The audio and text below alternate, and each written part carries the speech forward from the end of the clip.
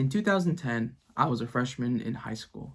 I sort of denounced my love for childish things, since no one around me was interested in it or open about it. This means I skipped the gold mine of the 2010s, not just for animation, but for Cartoon Network. This meant I never touched or even acknowledged Adventure Time. So now, over 10 years later, I would finally experience it. Spoiler warning, I'm going to probably spoil the entire series. So there's that warning for you now. Watch all my videos and the reactions or the series itself, then you can come back here. And if you want to know more about my insights or the way that I view a certain arc or a certain episode, same thing, you can watch my reactions or the reviews, because I will be kind of going into this vaguely. Adventure Time is one of the most vast, with its world building, its entertainment, and its adventurous side, its characters, the world, stories, timelines, and developments. Its attention to detail and the community it builds and destroys is phenomenal and satisfying the more you pay attention to it. It does something I've never seen from a cartoon, and that is its ability to pivot into such philosophical, abstract, spiritual, and even darker themes that are simply profound and magical. They have this unique and quirky way of dialogue and delivery that is so charming and hilarious. It has this Gintama-like structure to it, where it's comedy rooted with bursts of plot and the overarching story, which is the entire yin and yang of the show's identity. You can see the influence that Adventure Time brings to the medium with the way that shows nowadays need to have a story in order to operate, in order to sell, and reach the type of storytelling and development that Adventure Time was able to garner. While all this remains true, there are some downsides to all this vastness, as the first season, our introduction, does not do a good job at establishing interest to new and blind viewers. Following this is the apparent pacing and slotted in formatting of studio-operated finales and episode structuring, and it does impact the cohesion. To add on, the heavily loaded episodes per season makes it overwhelming and doesn't give each batch of episodes its own identity, or like it's simply just moving on. But one could argue that is the point, as it's mainly a comedy and adventure first, rather than a story first. Then the final issue is mainly from the expectation standpoint, as the later seasons, being 9 and 10, feel rushed and sort of slapped together, possibly due to studio and cancellation issues. It's left the show at times in this anticlimactic and stagnant feeling, as many of the established plot lines were cut, hurried, or could have been much better. The story pivots to Distant Lands, which is a bundle of 4 40 to 50 minute specials that was released roughly 3 years later. This would include 2 specials that were more side stories with fun and creative themes, the other 2 being masterful and intense sequences that would tie up and fulfill many holes and issues that the series was not allowed to explore during its respective duration. There are moments, I would say this is a 9 out of 10, a masterpiece. Must watch. With its brilliant and lovable characters, the one-of-a-kind nature and blend of complex and compelling themes that I don't think any animation work has achieved. The pedantic attention to details, callbacks, world-building, continuity, and a plot that, when it is able to be executed with no pressure, is simply wondrous and fabled. And it's shown with the Enchiridion, the Lich, the Ice King, Simon, Betty, Marceline complex, the entire island's development of family in the past with Susan and Finn, Obsidian, the Together Again's undeniable impact, and their stories and ideas with the 1,000 years, reincarnation, Princess Bubblegum, dream sequences, the Grass Blade, Mars, Kingdoms, Flame Princess, Bemo's Revelations, Lemon Hope, underrated story, realistic portrayals of love, loss, grief, and so much more. And then we have the other opposite side of the coin, where there are moments I think this could be more of an 8, as a lot of the open-ended stories or big plot developments can feel underwhelming or winded, like with Stakes, the Comet, the Timeline, and Elemental Ancestors plot being both expansive and profound, but also not having much impact, and the clunky feeling of seasons 9 and 10 and their bigger developments, which has the Gumball War and Uncle G not being as strong as it could have been. The lore and those bigger story aspects not coming into fruition, like the Mushroom War, the Lich's backstory, the King of Ooh, which all felt like such fumbles to this world and its entire existence. To add on, the obvious and weaker lower rated episodes, the episode formatting and lack of separating seasons into part, which did affect the identity and cohesion. Maybe some of what I wanted to see or my expectations are playing a role in me not feeling satisfied, but I did my best to not expect anything as I was just going off of what the show was pointing me towards. Characters. Adventure Time has one of the best casts that I've seen, as it's so expansive. They're so lovable. They all kind of have their own stories, their own narratives, their own growth, their highs and their lows. So I have compiled a list of just the most standout characters to me. This list isn't really ranked, maybe up until we get to the top 5, top 3. So I'm just going to kind of spitball some thoughts about these characters. The first one is LSP. I think I've gone on record many times to say that I didn't really like her. It's just, if this was a real person, I would despise them. And, I still don't really like them, but I do think as the show goes on, especially in that elemental arc, they kind of do get some redemption.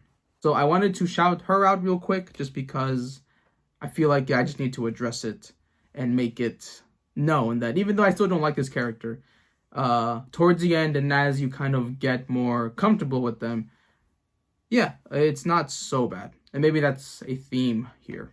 The next one is Deb, and this is just off the specials and the high that I had from her. But yeah, she's quirky, supportive, goofy, talented, and maybe I just love that trope so much, so she's here. Then we got Billy. Not really much. I think he was pretty underdeveloped, and he should have been utilized way more because they had mentioned that he fought the Lich in the beginning, and we just don't get any of that story. And he does kind of give Finn, and really the show, its next push, saying that, oh yeah, your dad's alive. So, kind of low-key, and I just think he's cool and should have been here more. Next we have Marshall, that guy. We know the guy. I believe he's voiced by Donald Glover, and his voice, I'm not gonna lie, folks, it's doing things. And his appearances weren't so much, but again, same thing, just to me it stood out. Then we got Betty. Betty's a very complex, crazy character, much like Simon, but it's only because she loves him. And if you have a person like Betty, you have someone who is very dedicated, someone passionate, someone obsessed, infatuated, and you should never let them go. Next, we have James Baxter. Only 2 appearances in this entire series. The first time, I didn't really care for it. I thought it was a nice kind of thing, but I think the more I thought about it, when you look at him as an artist, as a creative person, and I do identify as that as well, it just starts to connect a lot more. And then that second episode, it's actually so compelling, so underrated. So just wanted to give him a shout out, just much like the show does. Just here's your appearances and you make your impact.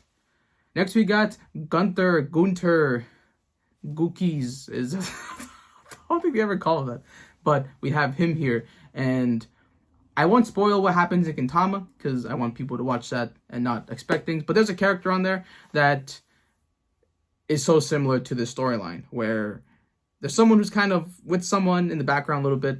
Maybe they hint at certain things or they point out stuff, but then they have their own big sci-fi galactic story. And it's really interesting, and it's a nice creative twist, even if it's unexpected. And plus, I just kind of always liked his remarks or him being kind of a brat. He's my cozy, comfy character. Next, kind of cheating, but Fiona and Cake. We've kind of dabbled with them a little bit. I probably will be going more into that as well. And I think when I first met Fiona, I really just liked her more than Finn. But I think this was at the time when Finn was kind of being a little bit immature and not as grown. They're kind of selfless. They're resilient. And I just want to see more, which I probably will. Next, we got Peppermint Butler. Peppermint Butler, always evil, kind of in the background. We got some spells, witchcrafting things. He was a rock, actually. Kind of ride or die with PB every time. And then kind of has the own special in Distant Lands. I'm still a little confused if that's him or that's a reincarnation of him or he passed down himself into this.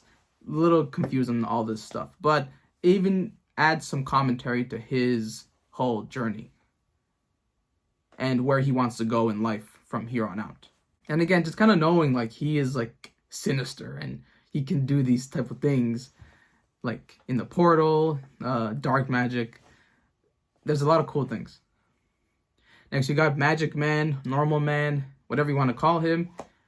Whenever this guy appears in the show, you know stuff is going to get crazy, whether that's with the animation or the plots. And he's actually responsible for one of my favorite episodes of Adventure Time, the Little People one. He has surprising depth when his powers are taken away and he has issues with his brother. There's just a lot to love, and it's actually multifaceted. Is that a good word to say here? Maybe it is. But Magic Man, Normal Man, Sad Man, whatever you want to call him, great character and kind of fleshed out. He goes places. He has his moments. He's a trickster. He's human. Gotta love him. Next we have kind of cheating again, but we got Susan Strong / Frida, but mainly Susan. Susan, I felt for the most part, kind of was underwhelming because they had kind of set up this thing of where we don't know her species for the longest time. And then we're even given episodes sometimes and it just doesn't feel good. As in it's filler stuff or it's not doing anything. It's not interesting. And then suddenly we get into Islands, or really technically it was the pre-boot reboot. We get to that section and suddenly now we're questioning everything about them. What even are they? Are they human? Are they a cyborg? And then Islands, that was just phenomenal work, and the way that when she learns about herself, we as the audience are also learning more about her, and then there's so much trouble and so much politics in her situation. And then with this, she also rediscovers her identity of Kara. It's so masterful and it came out of nowhere. And I never even thought they were going to go that deep into Susan and give her a story like that. So I think that's just a more testament to the writers and to the direction that she went. Took a while, but it landed. Speaking of things that kind of lasted too long, let's go with Fern next.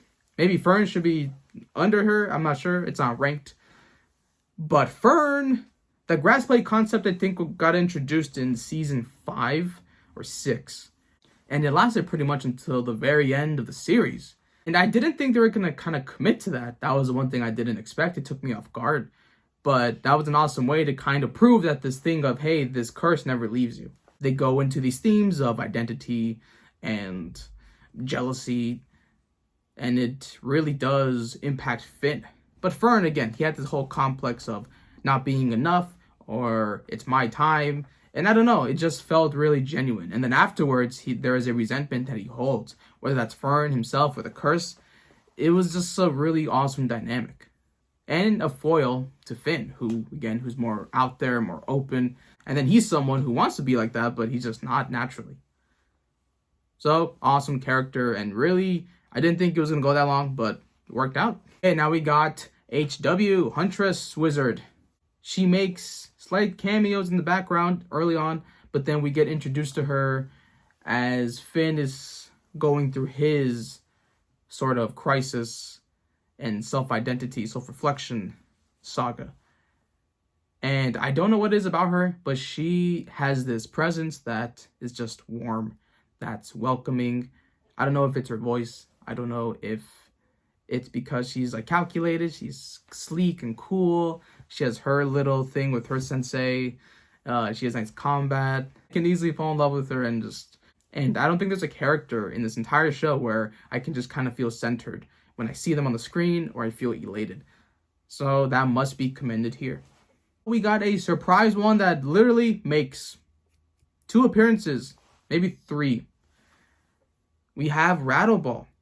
His reveal was one of the coolest things I've seen the show do because it explored PB's background and how at the time she was very tyrannical and she wanted her soldiers and civilians to be super in line. Later on, we know why. But at the time, she was just like, nope, this is too good. We got to scrape this out. So I loved his story that he was still alive and he was lurking, in this junkyard thing. And then now his role is to be like an assassin in the shadows or a spy.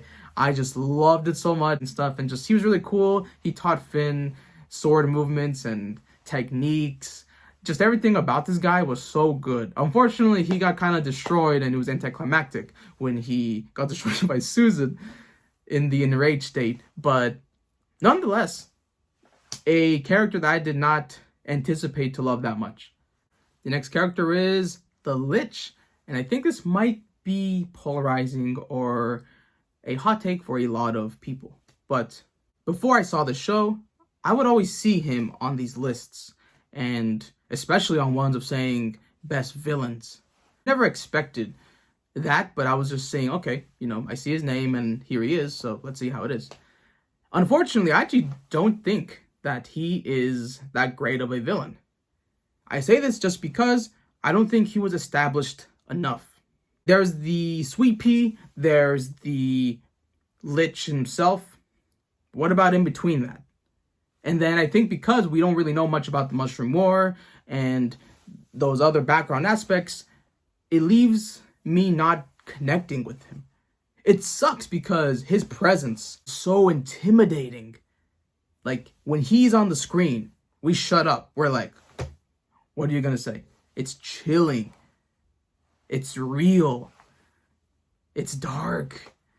And that type of presence to capture that evil, to capture that sinister in the background thing, and then the way that he kind of goes into death every time, and then he comes back on the other side and like, nope, child, I'm here still. That's so amazing. But it leaves a lot left to be desired just because I can't connect with him because I don't know his story. I don't know what he went through. I don't know those aspects. So his presence and the way that he carries himself is magnificent. But I don't think it's enough to say he's the best villain in this season 1 through Distant Lands timeline. Nonetheless, I think he was an amazing villain for the series. I actually kind of wish they went a little bit further into it. Again, just his background. His stuff with Billy. There could have been some amazing fleshing out of him. And I felt like they kind of missed it. But he was one of the things on this show that I absolutely loved. And especially in the ending. Same thing too, right? The hand. That I was so upset that they just cut off the hand thing. Literally, they cut off the hand.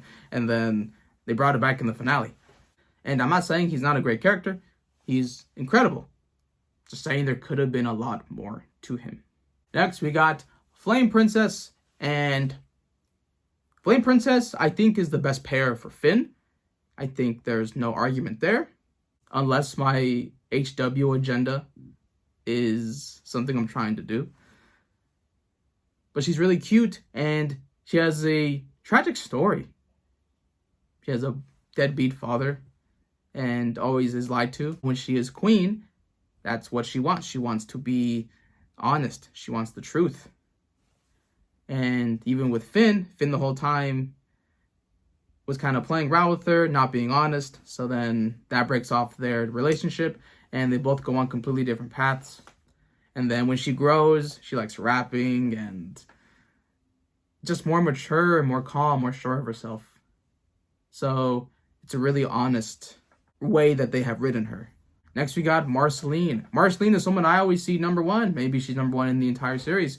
And how could you not, with her aesthetics, her chillness, and then the more suppressed, darker stuff to her that she has a hard time explaining or dealing with. Her relationship with PB, with Simon, with her new dad, her powers, her past, It's a lot of baggage that she has. And I could see why she appeals to so many people.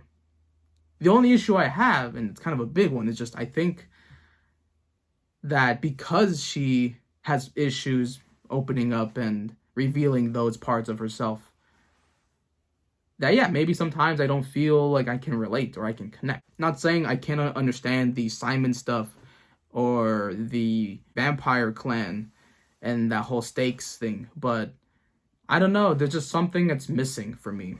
But again, this is no disrespect to her. Still think she's a wonderful character. Just, I needed more Obsidian moments. And we do see her life as she's kind of grown out without Simon. So I do think they do kind of flesh out really well. It's just, there's just something that's missing for me to really emotionally connect with her. And I think that one special catch-up, I think that's kind of the epitome of it, is that there's this great character, there's this amazing story and emotions, but it's not really told to you. You kind of have to pick it apart. You have to see it and create a a chart, a lineage, whatever those things are called, and make your guesses about it to connect to it. And I think with her, there's so much of it, I'm just like, okay, you just gotta tell me. But nonetheless, even I know if I do more research, I look more into it, I focus more. Oh yeah, definite, she'd be top 3. Definitely. Next, underrated one again, BMO. It's so weird how Gintama and this one has a robot that is an amazing character. They, she, him, the show goes by this differently. I've tried to be politically correct with this, but then they have changed it to he. So I'm really lost with that. But nonetheless, Angel Face, BMO. One of the most underrated stories, histories, pasts in the entire series, with the whole Mo aspect and that world and that creation and the identity and falling into that because of the others and how they were programmed. And just as a comic relief, they're always very blunt, they're very robotic with their responses, and I'm a sucker for that stuff, but it's done so well and effectively here. Then Jake, what do we call him? The husband? Well, technically, he's not married, technically. He's a father. He's a former thief. He's a brother. Both older and younger, I think. He reminds me of the dude from The Big Lebowski, I believe. Just the way that he carries himself. He's so zen. He's so non-critical. He just kind of goes with it.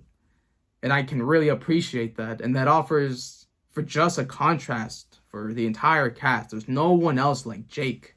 Whether, again, he's just very blunt and real, or the episode themes, like with Abstract, with Jake is a Brick, and a lot of other ones. So just a really refreshing and grounded presence for the show, and it really does give it that more adult feeling. Number 3, we probably have my favorite character of the entire series, but I'm kind of doing best, so it's pivoting away from that. But Princess Bubblegum, Bonnabelle, whatever you want to call her. She's a very complex character, but she was one that, the way that she delivered her lines, I just smiled every time. I laughed. There were times, too, where I was scared of her. There were times where I was happy for her.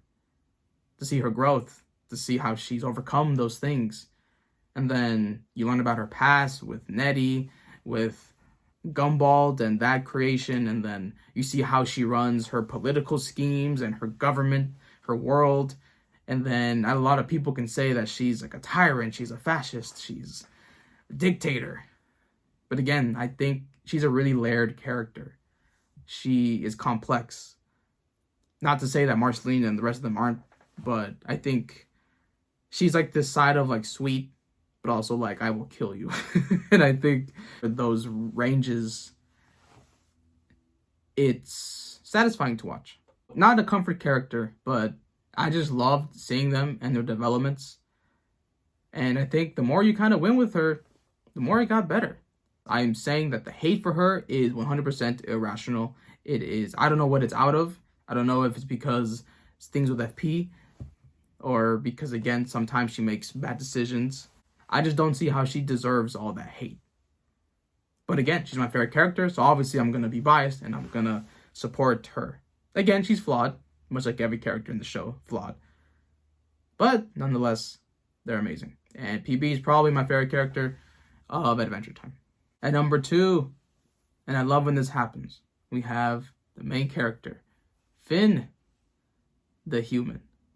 And that's the best way to describe him, is that the range this guy has, the growth that he goes through, whether it's with what is going on in the world, whether it's with his life, whether it's with love, it's so realistic. Funny, he's annoying, he's driven, he's relaxed, he's zen. But he's also just like a person. So he's going to feel all these emotions, all these problems, all this trauma, whether it's new swords, new abilities, new insight, whether he's pondering about the existence of himself, or he goes on a ritual, spiritual conquest, or he gets his heart broken.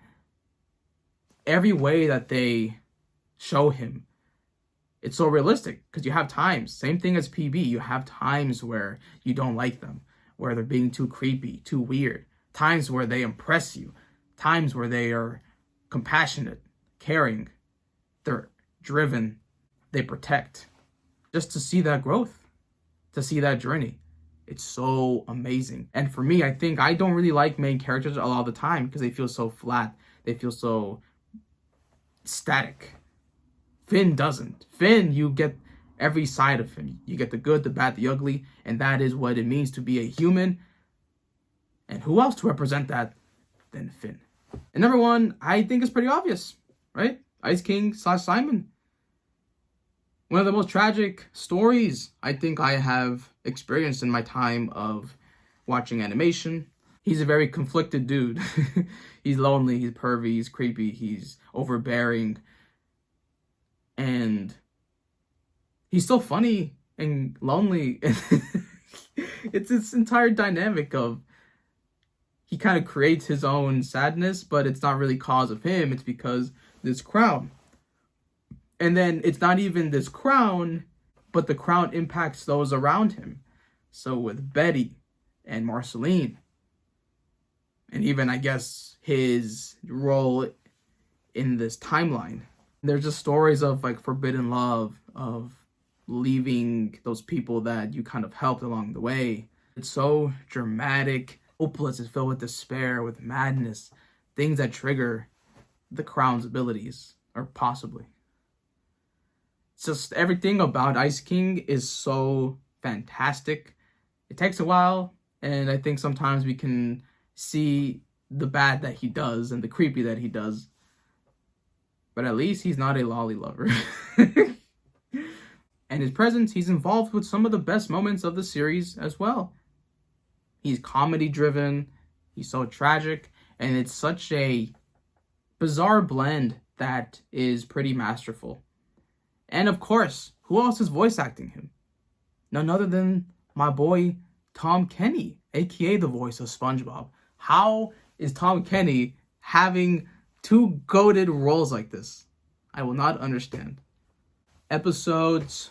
So I'm doing 2 episodes per season to hopefully capture a lot of the plot-centered ones, a lot of the comedy ones, and a lot of the more deep, abstract episodes. If you want to see more of my explanations on it, you can check my serialized down below, or you go into that reaction, or even into the reviews where I go more in depth on those episodes. So at 22, we have my 2 favorite people. At 21, we have Go With Me.